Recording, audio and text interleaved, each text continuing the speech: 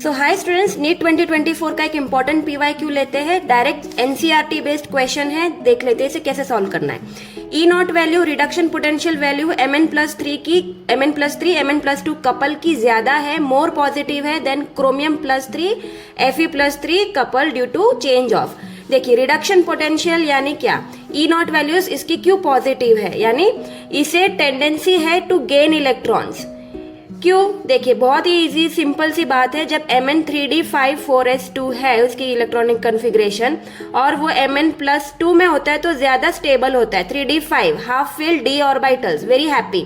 But जैसे वो +3 में जाता है वो खुश नहीं है, वो 3d4 हो जाता है। इसलिए +2 में Mn+3 जल्दी से जल्दी +2 में जाना चाहता है, इसलिए इसकी रिडक्शन पोटेंशियल ज्यादा है। पर हम स्टूडेंट्स कंफ्यूज हो जाते हैं कि ये तो चेंज तो d4 टू d5 होगा और ये टिक करके आते रॉन्ग है। देखिए इसका कंसेप्ट हमें ये समझना है, why it is more positive.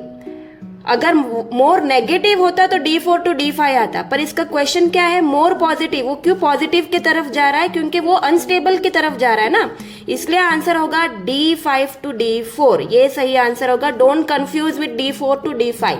और हाँ, क्यों क्रोमियम+3 और Fe+3 की इतनी पॉजिटिव रिडक्शन पोटेंशियल नहीं है। 3d5 4s1 होगा, क्रोमियम की इलेक्ट्रॉन कन्फिग्रेशन 3d3 हो जाएगी जब वो क्रोमियम+3 में पहुंचेगी। और जब T2g उसकी सब शेल बनेगी तो वो कितनी स्टेबल होगी, सिमेट्रिकली फील्ड है। जबकि Fe+3 में भी ऐसे हो जाए, 3d5 स्टेट में हो जाएगा जब Fe+3 में होगा। Half field d orbital, very happy, ठीक है ना, उसको गेन करना है ना लूज करना है, कुछ नहीं है। इसलिए इनके मुकाबले Mn+3 बहुत ही अनस्टेबल है। वो क्यों पॉजिटिव की तरफ जा रहा है वो क्वेश्चन है, इसलिए d5 टू d4 ही सही आंसर है। All the best for your exam.